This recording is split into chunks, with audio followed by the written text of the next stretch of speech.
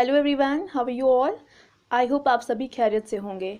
आज के टॉपिक को स्टार्ट करने से पहले मैं आप सबको बता दूं कि अगर आप में से कोई भी यहाँ पे सोशल मीडिया हैंडल से आता है, जैसे फेसबुक, ट्विटर या इंस्टाग्राम से, तो आई रिक्वेस्ट कि आप हमारे चैनल को सब्सक्राइब भी किया करें एंड इसको फर्दर अपने फ्रेंड्स, ग्रुप्स और रिलेटिव्स में भी शेयर करें ताकि वो लोग भी इसको एसेस कर पाए, स्पेशली वो जो अपनी प्रिपरेशन को कम्पिटिटिव्स के लिए बूस्ट करना चाहते हैं और इस टाइम पीरियड पर लॉकडाउन या फिर किसी और वजह से वो ऑफलाइन कोचिंग एक्सेस नहीं कर पा रहे, तो ये चीज़ उनके लिए भी काफ़ी हेल्पफुल रहेगी और वो अपनी नॉलेज को ऑनलाइन मोड से ही अपनी प्रिपरेशन को बूस्ट कर पाएंगे।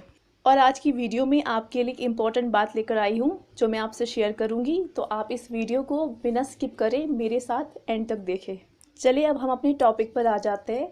आज का हमारा topic communicable and non communicable disease के बारे में रहेगा। But communicable and non communicable disease को समझने से पहले हमें ये जानना ज़रूरी है कि डिजीज़ क्या होती है एंड इन्फेक्शन क्या होता है और इन दोनों का आपस में क्या डिफरेंस है, क्योंकि मैक्सिमम बच्चे इसी चीज़ में बहुत ज़्यादा कन्फ्यूज़ हो जाते हैं डिजीज़ और इन्फेक्शन में ही। डिजीज़ एक पर्टिकुलर एबनॉर्मल कंडीशन होती है जो एक ऑर्गेनिज्म की बॉडी स्ट्रक्चर पे, उसके फंक्शंस पे, एंटायर बॉडी पे या किसी एक पर्टिकुलर पार्ट पे नेगेटिवली इफेक्ट करती है एंड ये किसी भी इमीडिएट एक्स्ट्रा इंजरी की वजह से नहीं होती है। डिजीज़ की वजह से टिश्यूज़ के फंक्शंस पे, ऑर्गन्स पे और एंटायर बॉडी के फंक्शंस पर असर पड़ता है। Now second is infection. Infection में इन्वेजन यानी कि एंट्री होती है जब भी पैथोजेंस की, उसकी वजह से वो जैसे ही एंट्रेंस हो गए बैक्टीरियाज, वायरसेस का, वो वहाँ पे क्या करते हैं, बॉडी सेल्स को हार्म करना शुरू कर देते हैं। अब कुछ कॉजेटिव एजेंट्स होते हैं जिनकी वजह से डिजीज़ हो सकती है, जैसे बैक्टीरिया हो गए, वायरसेस है, प्रोटोजोन है, फंगई है। एंड बैक्टीरियाज की वजह से जो डिजीज़ होती है, अगर हम उनकी एग्जांपल समझेंगे तो उसमें आती है वूपिंग कफ, जिसको हम पर्ट्यूसिस भी बोलते हैं, एंड ट्यूबरक्लोसिस होता है, डिप्थीरिया है। एंड वायरसेस की वजह से जो डिजीज़ होती है that are measles, mumps, rubella, HIV AIDS and hepatitis. और जो डिजीज़ प्रोटोजोन में आती है that is malaria and dengue. And some disease which comes under fungi में आती है, उसमें हम रिंगवॉर्म की एग्जांपल ले सकते हैं। और भी बाकी मेजर स्किन इश्यूज़ होते हैं जो फंगस की वजह से हो जाते हैं। अब हम कम्युनिकेबल डिजीज़ को समझने की कोशिश करते हैं। कम्युनिकेबल डिजीज़ जो होती है वो कंटेजियस है। जो ये वर्ड कंटेजियस है, इसको समझना ज़रूरी है। कंटेजियस का मतलब होता है जो एक से दूसरे में ट्रांसफ़र हो जाती है। अब ये ट्रांसफ़र किसी इंसान से दूसरे इंसान में भी हो सकता है या फिर किसी एनिमल से पर्सन में भी हो सकता है, या तो डायरेक्टली होगा या इनडायरेक्टली। अब डायरेक्टली कैसे हो सकता है, जैसे किसी का इन्फेक्टेड ब्लड होगा, फीकल मैटर होगा या कोई भी बॉडी फ्लूइड्स उसकी वजह से।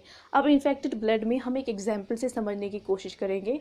सपोज़ एक टाइफाइड पेशेंट है, उसको हमने कोई भी इंजेक्शन दे दिया, उसके लिए जो सिरिंज या फिर नीडल हमने यूज़ की, वही सेम यूज़ की हुई सिरिंज जब हम एक हेल्दी एडल्ट पे यूज़ करेंगे जिसमें उस पर्सन का इन्फेक्टेड ब्लड लगा है, जब वो ट्रांसफ़र हो जाएगा एक हेल्दी एडल्ट में, तो इस तरह से वो कम्युनिकेबल डिजीज़ जो टाइफाइड एक उस पेशेंट में थी, वो एक हेल्दी एडल्ट में ट्रांसफ़र हो जाएगी। अब इनडायरेक्ट ट्रांसमिशन कैसे होगा?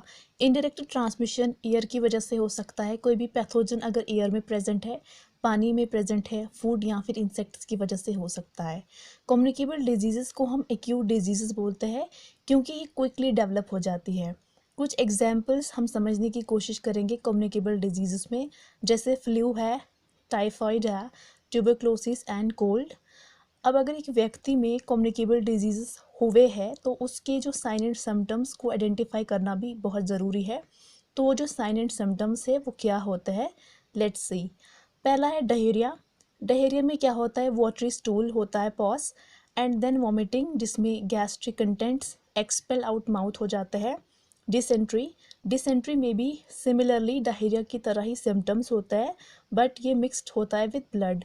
मसल्स में पेन होने लगती है, फिर हेडेक, सिर दर्द होने लगती है, एंड नोज़ में जो प्रॉब्लम्स आती है like difficulty in breathing, fever के चांसेस काफ़ी ज़्यादा बढ़ जाते हैं, खांसी होने लगती है और भी बाकी जितनी रेस्पिरेटरी प्रॉब्लम्स है वो हो जाती है।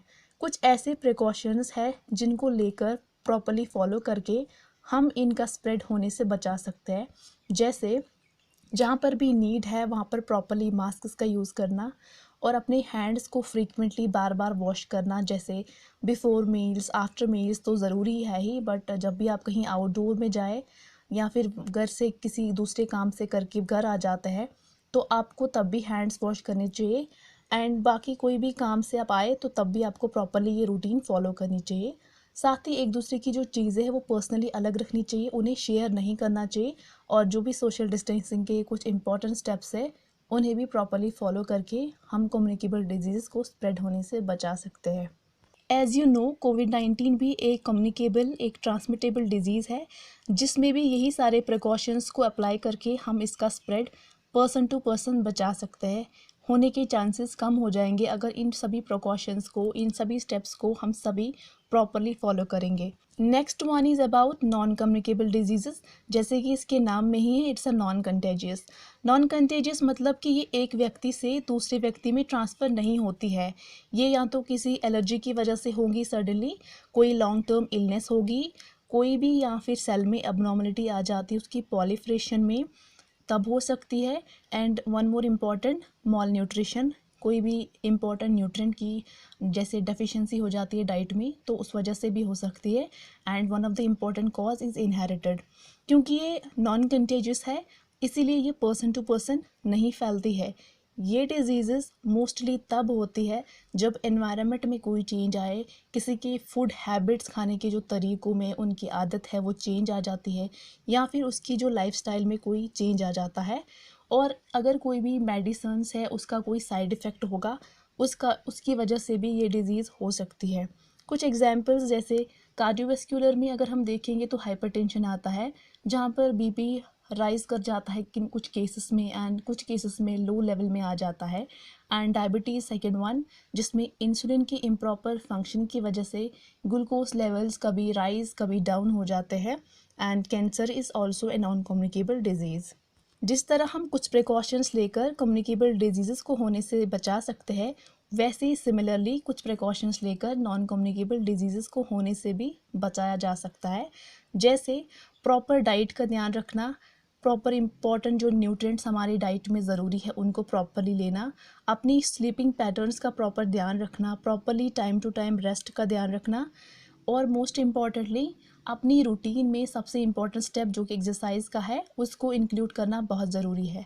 क्योंकि ये सभी बॉडी पैरामीटर्स को एक नॉर्मल लेवल में रखता है, जिसकी वजह से किसी भी डिजीज़ के होने के इंसिडेंसेस काफ़ी कम हो जाते हैं।